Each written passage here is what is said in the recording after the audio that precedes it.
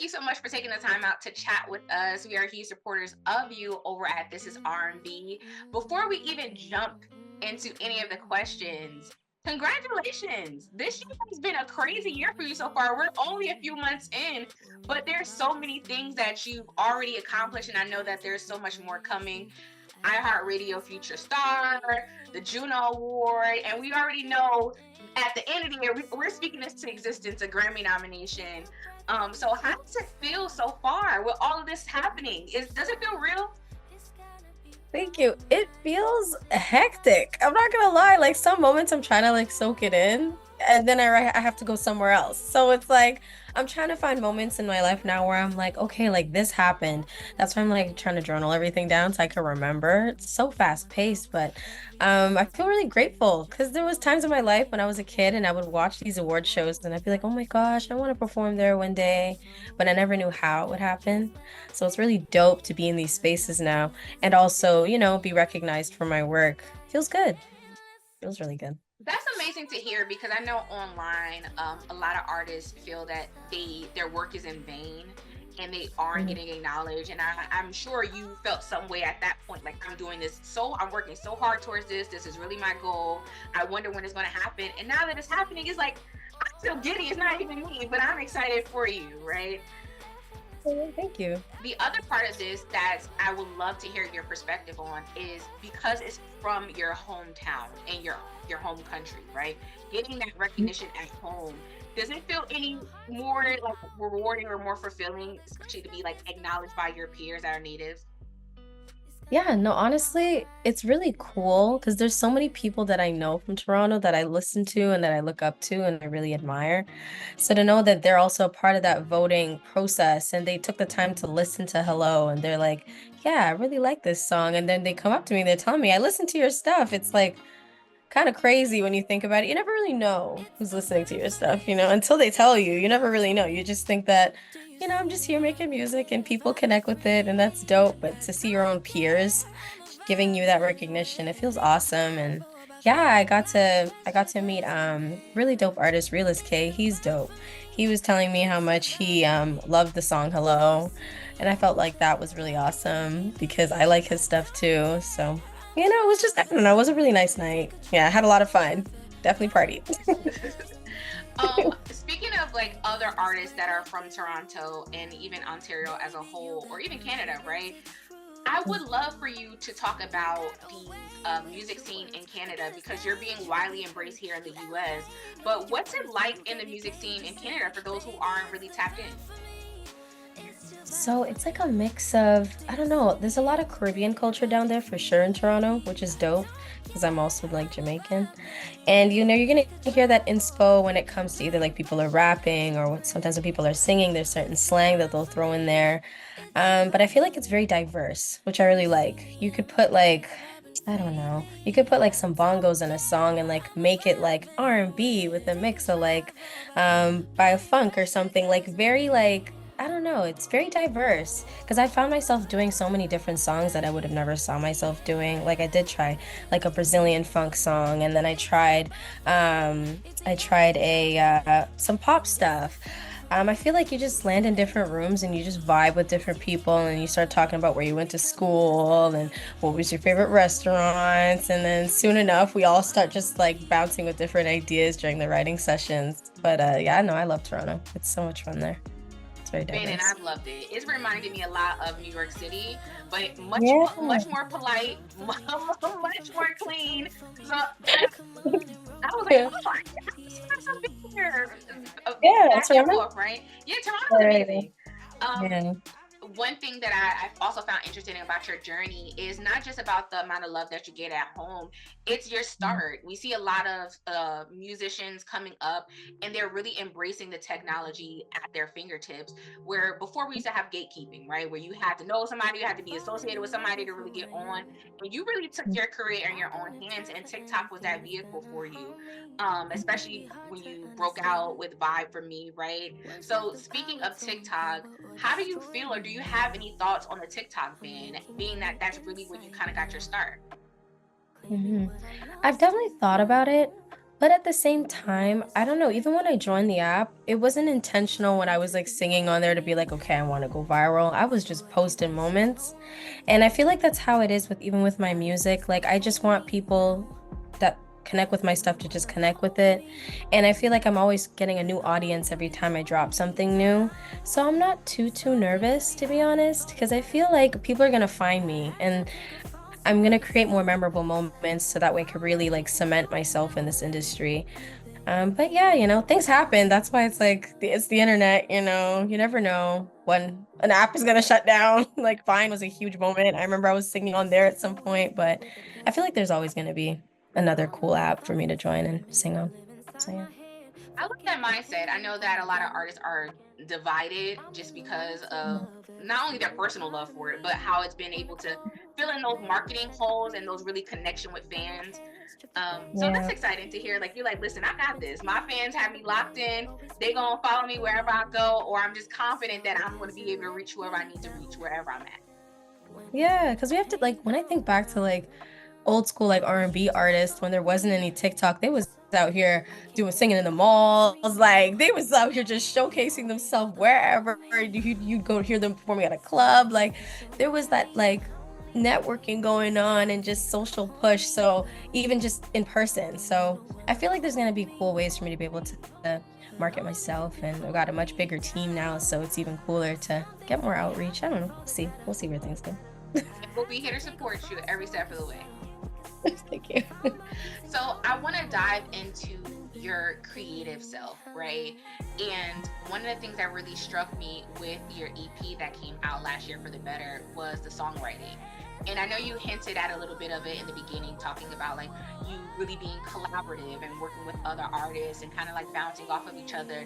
And I'm not sure if you're aware of this, but there's this ongoing trend online with R&B lovers, and they're saying that the songwriting today really doesn't feel as soft and vulnerable. Like there are a lot of like it's more empowering than anything, but they're saying that they're feeling like it's not as emotion felt as far as like discussing like heartbreak or wanting to look like you've been through something all the time. So what part of current trends or what you're seeing as far as like the industry is going along with really impacts or influences how you go about the songwriting process?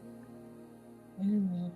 I really admire Money Long, how she like for Made for Me. That feels like a very nostalgic R&B moment. And that's the type of R&B music that I would listen to growing up. Like my mom played a lot of Fantasia and Alicia Keys and Mary J. Blige and even some Beyonce. So it's like I connect with that more because I am like somebody that listens to lyrics first sometimes, especially when it comes to like R&B. And I feel like that helps me when I'm like songwriting, even myself. I'll be sitting in my room and I'll play a beat. And even when I'm sad, instead of like journaling, I'll just start songwriting some lyrics, even if it's just like literally what I went through. Like maybe it's like, I had a bad day today. And then I start listing out why. And then, throwing some rhymes in there. It's almost like storytelling for me, though. Like I'm just telling people like what's been on my mind or what's really on my heart. And I feel like that's where the human aspect comes in because people were going to connect with that. They're going to be like, oh, yeah, I had a bad time too. And I went through this, that, and the third. And I think that's why a lot of people even reach out and they'll message me and they'll tell me, like, listen, like, I'm 40 and listen, I connect with your stuff. Like, you're dope. And that's so great to see, a young person coming up and making stuff that I connect with. And then I got people who are like 10 years old and they're like, I really want to sing and I admire how you write. And I think it's just being human at the end of the day and just connecting with people and keeping that in mind when songwriting. But I'm also not opposed to like a good, like, shake it, shake it, like have fun, like, what I'm saying? Like I'm not opposed to that either because there's sometimes I just want to just turn up and dance and I'm not thinking too deep about the lyrics. It's just about the feeling. I think it's the feeling, if anything, that the song brings. Yeah. Got it. I love that approach. Yeah. So that leads me into talking about genres. So I've been scrubbing your social media pages, right? And one thing that I love the most about you, you're very outspoken and you have a wicked sense of humor online. So it's always interesting to see like what you're talking about and Yeah. what are the things that you're really obsessed with right now. And correct me if I'm wrong. So you've been doing a lot of campaigning for Beyonce's Cowboy Carter album online. And one of the common threads that you were talking about was just like y'all need to shut up and appreciate her artistic approach, right? If she wants to do country, let her do country, right? Two country. Yeah. So in your music, you actually bounce around a lot, like you said before, with different sounds like Brazilian funk, contemporary R&B, alternative R&B. You even have the hints of calypso in there, right? So how do you find that unique approach when you are maybe labeled as an R&B singer, and making sure that you operate, or do you feel constrained by these labels? So I listen to like a lot of different genres, and I think that's also why I get influenced to try out different things, and I'm not too scared to be like, okay, I know it's not strictly R&B, but I think this would be cool if I tried this. I don't know, I get influenced by what I hear, like most people. So sometimes like I'm listening to like some rock songs and I'm like, yeah, that'd be cool. Although I'm not like doing screamo, it's like something like I would maybe tap into. Who knows? But yeah, I'm just having fun with it. Like, I feel like music, that's the one thing that everybody can relate when they love something. It's like it doesn't matter who's singing it. It's like, whoa, like I love this song, you know?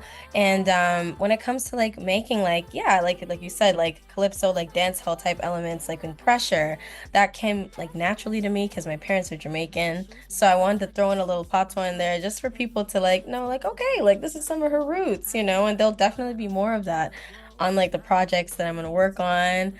I'm just having fun though with like trying different sounds. I feel like it's good to kind of bend genres because that's also how people will see how creative you can really be. If I stayed in that one box of just strictly just doing R&B, people would maybe want more, and I would want more for myself too. I want to see where I can push myself. So yeah, trying different genres is cool. Yeah.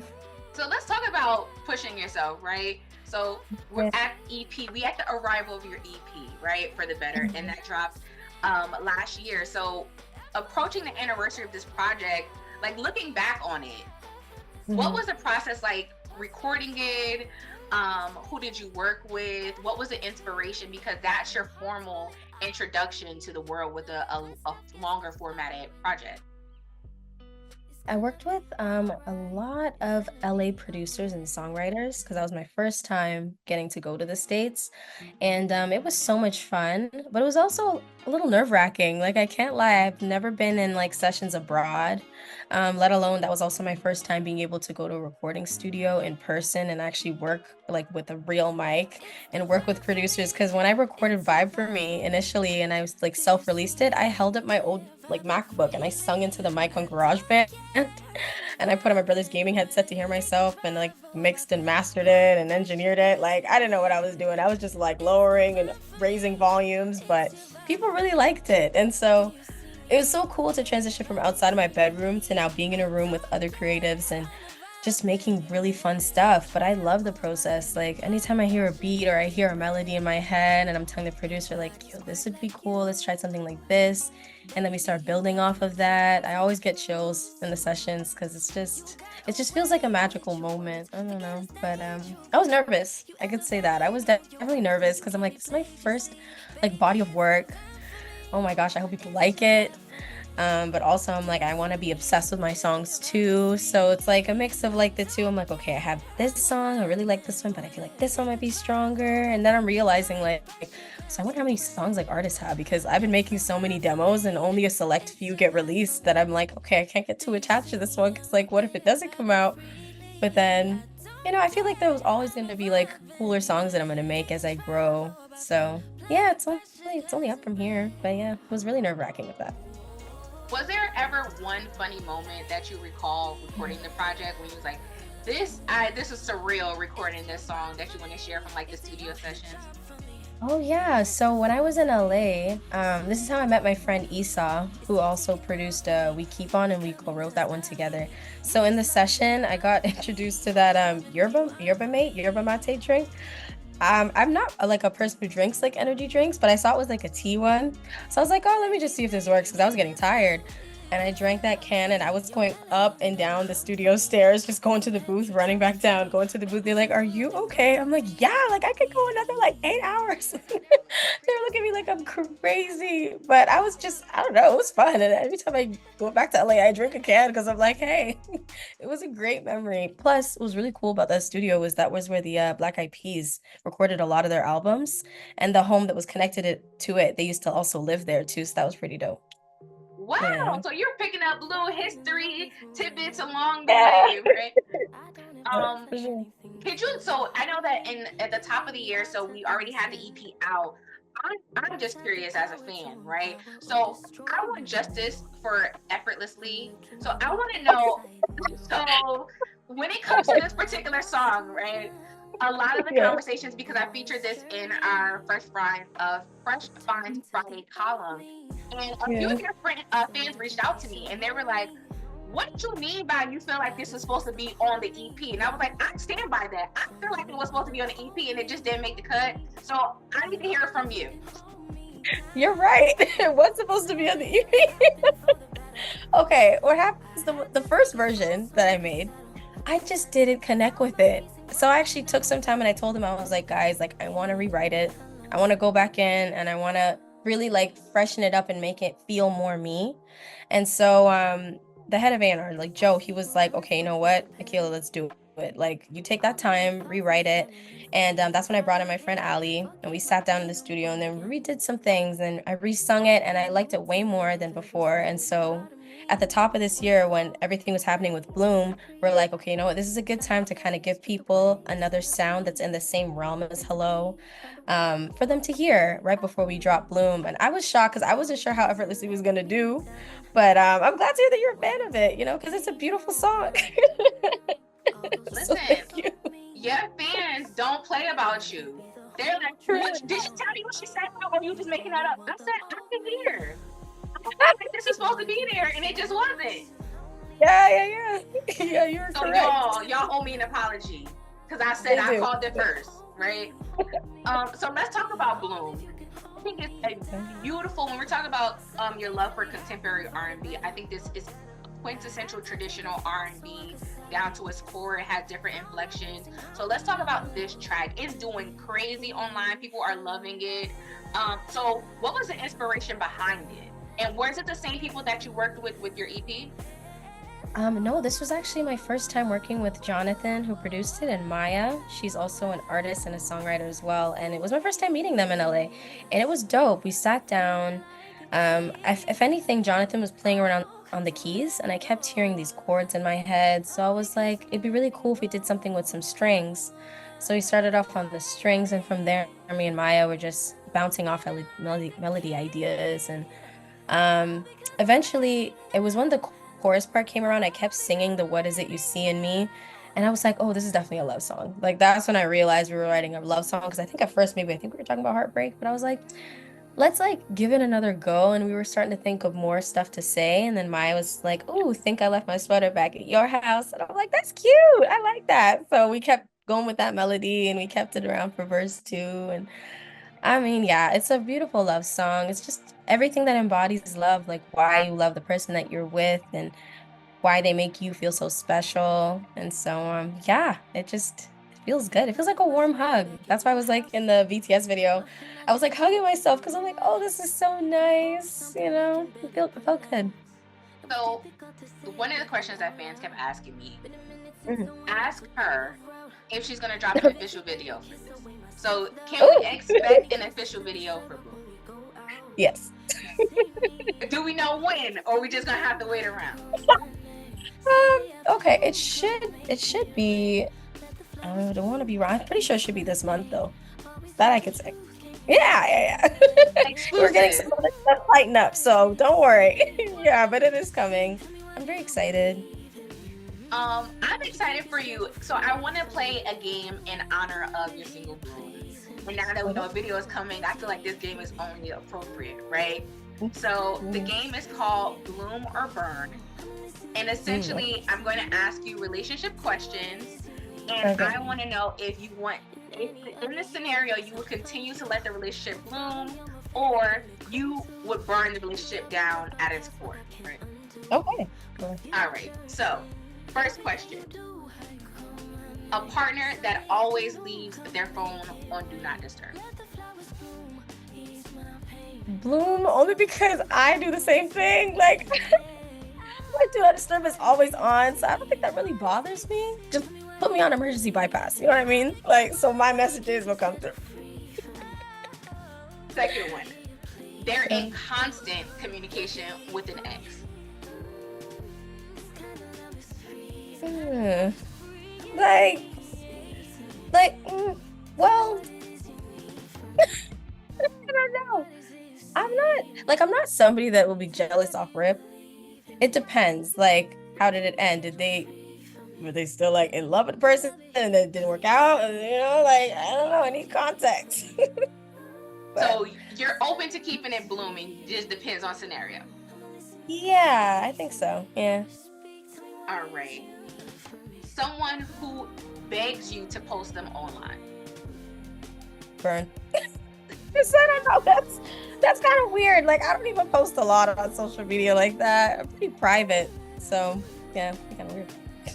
And I'm not sure if you got this already, but a partner who wants you to write a song about them. I feel like I'd have to, like, it has to come naturally. Like, I don't know. That'd be kind of weird if it was like forced. So I would say, nah, I'd say burn. Like, I'd have to want to do it, And lastly, someone who doesn't listen to your music. Burn. Because, like, why did you not listen to me? That's kind of crazy. Like, why would you want me, not all of me? That's crazy. No. All right. So thank you for playing the game. It was fun. I thought you would like that. Yeah, that was really cool. So before I let you go, I do want to ask this, and this was another common question from fans online. On your EP, you were very mindful not to have any guest vocalists featured on the project. So a lot of people are saying, okay, well, we want to know who is going to be your first feature, or who is going to be somebody that you have in top of mind moving forward for like a dream collaboration. So I did have like a brief conversation with my friend LaBianca. So I would love to do a song with her. There's some other people that I have in mind. Like, I would love to also collaborate with Flo. I love them. They're a very talented girl group and they can sing. So yeah, but definitely I think more producers, if anything. Like, I fangirl over just like producers because of the way how they obviously produce, like create really good beats. So I'm looking forward to some collaborations I have coming up in terms of like sessions. But I don't have any like names other than that I could really say. Well, I know that, of course, because you're a Yardie, a lot of people had thrown this idea out there, was Sensia, and they were talking about that would be dope. I do want to do that, yeah. And I know that you were hinting at this online, so I'm just gonna go for it, right? So you were saying Tyler, that you feel like you two would sound great together. That'd be dope too, actually. Yeah, I would love to do a song with Tyler, especially that jump song. That one had me moving. I was playing it today when I was doing my makeup. I love that song. She's very talented. Yeah. So Tyler, if you're gonna do a remix, let me know. Hey, that'd be fire. All right, so I'll leave you here. What's next? So we already got the hint that a video will be dropping soon for Bloom, and it's getting warm outside, so I don't know if there's any festival appearances, any concerts in the works. What's next for Aqyila? Definitely a festival. I just secured that yesterday, so I'm very excited. And then I'm working on my debut album, so I'm really excited for that as well. So more singles this year, more visuals, and hopefully, at least being on like a tour with somebody. I think that'd be dope, especially if I can come back into the States. I think that'd be awesome. And then next year, yeah, the rest of the album will be out, and it's gonna be up from there. Hopefully more appearances again down in New York, because it's my first time here and I love it so far. So I can't wait to come back. Well, we look forward to having you back. And when that festival announced, I know fans are going to eat it up. They've been dying to see you. We have a Toronto wave that's happening in R&B. I don't think it gets acknowledged enough. There are a bunch Yeah. of people coming out of Toronto, including yourself, that I feel like I'm from Jersey, tried and true, but I'm like, y'all need to be paying attention to Toronto because they have all the future R&B stars coming out of those borders. So Oh, thanks. No, there's so much talent. So much talent. Oh my gosh. well, thank you so much for taking the time out to chat with us. We really do appreciate it. And as always, we're wishing you all of the best. And any way we can support you over at This Is R&B, be sure to let us know. Thank you so much, girl. Baby, come on and roll with me. Yeah. See you guys out there all looking all pretty and stuff like you. I love it.